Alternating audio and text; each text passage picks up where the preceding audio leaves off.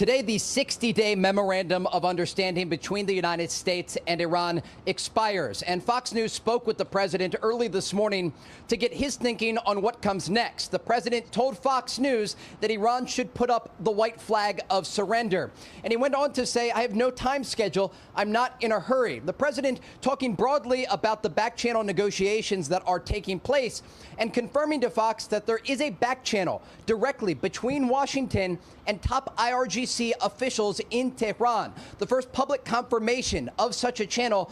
And this is critical because it comes as these conversations go back and forth. The president says they're good poker players, but they're dying, and that the midterms have nothing to do with my thinking. So there you have Trey Yanks reporting about the Memorandum of Understanding. It is done. It is gone. And now what? We've been talking about the Memorandum of Understanding since it was signed and throughout the course of this time, and wondering if it was actually even going to be a thing. Let's bring our guest onto the air, the expert. We have Senator Jim Talent with us today, former United States Senator from Missouri and Congressman as well, chairman of the Reagan Institute's National Leadership Council. Welcome back to the show, Senator Talent. It's good to have you. Always good to be with you, Annie. So, okay, Memorandum of Understanding, it's kaput. Was it ever even in play? Was it ever a thing? Was it necessary? Well, I thought it was a good move at the time. To say it's over now, I mean, it expired in about 10 days when the Iranians realized that we were moving traffic through the strait, and they were basically getting nothing out of it. And so they decided to start kinetic activity again, and that pretty much ended the MOU. And so we're responding, as you know, with the blockade. They're losing about $400 or $500 million a day, and oil is moving. I mean, Chris Wright announced last week as Secretary of the Energy that 9 million barrels were going through the strait, and if you add that to the amount of increased pipeline traffic, we're about where we were before all this started in terms of oil coming out of that part of the Middle East. I think we're still paying a premium for gas because I think oil's like the low 80s. It's hovering around $80 a barrel. And before it was 60, and I think that's a risk premium we're paying. I don't think it's a volume premium at this point. In other words, the uncertainty of the future is keeping the price elevated above where we want it. So the headline today, and we've had to deal with this a few times in our conversations with each other about what's going on in Iran. I can't really quote the president, but he says he's going to bomb the crap out of Iran. He's prepared to do that. What is the mindset right now of this administration, specifically President Trump? I mean, it seems like Iran is a teenager that refuses to listen to reason, and it's like, what can we do next? You know, we've tried everything. What is the next thing that we can do to try to get through to them, to keep them from wrecking themselves? I don't know. Yeah, what's next? I think the problem is they're having difficulty coming to terms with the fact that their national power, their strategy in the region was shattered and their national power has been broken. And as you know, I've said on the show before, I divide this into two separate segments. The first was the 5.5-week bombing campaign that accomplished what I just said, put paid to their regional ambitions. And then they started screwing around with the strait in an effort, I think, originally to get money out of us or other countries so they could try to rebuild. That didn't work, and that's not going to work. They're not going to get assets unfrozen. They're not going to get a rebuilding fund. And what we'll do, I imagine, and this is what I think we're saying in the negotiations, is, look, if you want to ship your oil, we'll let you do that, but you've got to allow the strait to open entirely. So if they want to get a little money from their oil so they can pay some of their thugs, they can, but they're not going to get any more than that. And they're looking at their situation in the Middle East, and they're saying that's not going to do it. So we're just strangling them. I mean, you know this, the status of their currency. Their main oil company, the state-owned oil company, has had its assets frozen. What they're basically doing is all these state entities are lending each other money, and they don't have any money. And so the central treasury is just adding zeros to their accounts. That's why the currency is worthless. I mean, it's in the old days, we'd call it printing money. So, I mean, from my standpoint, I don't like the fact that obviously that I'm paying more at the pump for gas, but they're just weakening themselves further every day they do this. And that's why the president is saying, look, I'll continue this as long as you want to continue it. You're the ones who are losing. So if you ever want to stop digging the hole deeper for yourself, let me know. Hindsight is 2020, and not to put too fine of a point on it, Senator Talent, if the president could go back and reconsider taking this action from the beginning, do you consider this still to be a worthy cause where we are in this timeline? And do you think that the president is committed to continuing to finish the job that he started? Yeah, I really believe it's of the wall of wars that we've been engaged in since I went to Washington, which is, of course, Iraq, Afghanistan. Well, Afghanistan, maybe I'd accept from this. We had to attack Afghanistan. They planned 9/11, but Libya, Serbia, Iraq, Afghanistan, of all those wars, this is clearly the one that's paying off for us because we are putting paid to the major threat to American national security, not to mention our homeland and our people in the Middle East. We've broken their capabilities.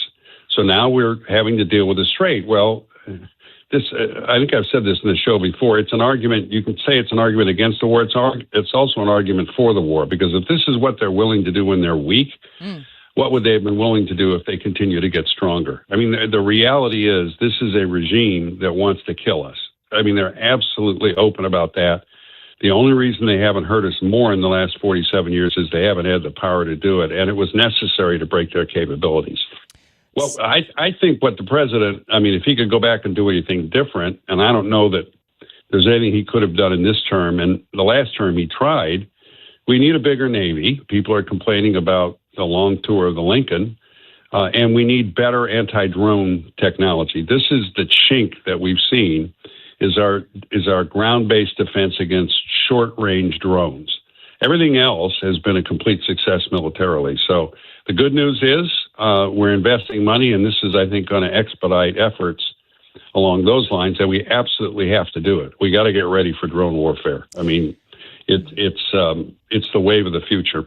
Senator Talent, you mentioned September 11th. We're about 3 weeks away from an important anniversary, 25 years. It's hard to believe. I don't know where you were specifically, Senator Talent, when September 11th, 2001 occurred, but we are in a moment in time working towards a midterm election where specifically El Sayed in Michigan wants to sit in the same chamber you sat in the United States Senate, and he's campaigned alongside people who said we deserved 9/11. You just mentioned Afghanistan as the genesis of that attack, and I just think there's a lot of emotions. There are a lot of people who are injecting themselves into the top of the headlines right now in our news and political cycle. And 25 years later, never forget feels like maybe some of us might have forgotten. Yeah, and if I look at this through a foreign policy lens and I say, okay, what are my biggest concerns now that we've dealt with Iran as a major national threat? It's in terms of traditional kinds of conflict, either warfare or national competition, it would be Taiwan flaring up into an escalating conflict between the United States and China. That'd be number one. But number two is the efforts of our enemies to undermine our confidence in our own institutions.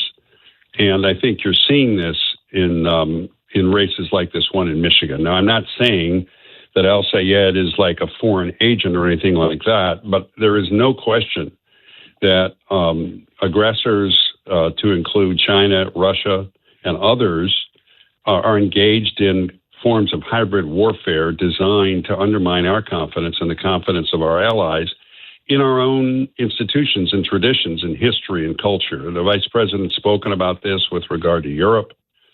And so, Reagan said you have to be vigilant to protect your freedom and to protect your democracy and the things you believe in. And we do. And this is all part of it. Senator Talent, in the wake of 25 years later from September 11th and knowing what it felt like to go through that moment and then looking 25 years into the future, has America, I'm just going to put it in the way that I feel, maybe not in the way I should think, but maybe, has America gotten the revenge that is necessary? Have we solved the problems that were presented in September 11th, 25 years later? Do you feel comfortable with where we are with what happened then? Boy, that's a lot of different questions. I think we did get revenge. I think there were some signal failures on an operational level that caused the Iraqi war to go on as long as it did. I think it was a huge mistake for President Obama to abandon the base that we had negotiated in Iraq. So in other words, we put in all that effort, we made all that sacrifice. And then as we were going to enjoy the benefits to our national security, which would have been recruiting Iraq as a firm ally in the Middle East, it would have been hugely important, and he abandoned that. I mean, I could go through a long list of things. I didn't like the Afghanistan pullout. Obviously, the way it was done was a complete disaster, but I would have maintained that base there. It's a very useful intelligence node. And, casualties were down to next to nothing. As a matter of fact, I'm not sure we suffered a casualty in the last year and a half that we were there. So I could go through a list of failures, but this conflict against Islamic radicalism growing out of the Muslim Brotherhood was necessary. Now, I'll say some good news here, and I'm seeing this from a lot of sources, and it makes sense.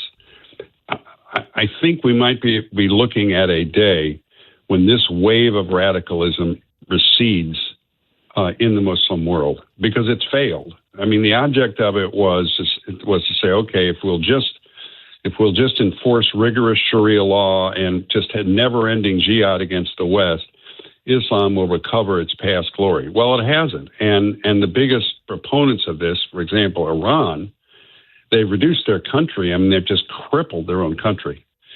Secularism is growing very, very fast in Iran. The mosques are empty.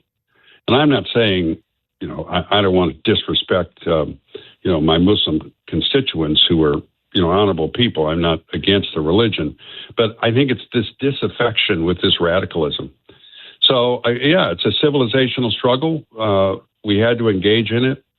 I think a lot of what we did was good and necessary, and we made a lot of big mistakes, too. Yeah, I think that the assessment is important to do openly and publicly so that we can, nothing is ever all bad or all good. The discussion is an important one. Well, and let me jump in here and say also, we cannot allow countries to attack us and attack our people, attack our diplomats, attack our cities, and do nothing. I mean, I just, and maybe I'm of a past generation, but you just don't do that to this country. And they did it. And so, I mean, I'd do it all again. I'd do a lot of it different, but I'd make the same effort that we made. Yeah. I feel as though I'm of that same generation, Senator Talent. I appreciate that. Thank you for being with us. We appreciate you as always. You're welcome. Take care. Bye-bye. Senator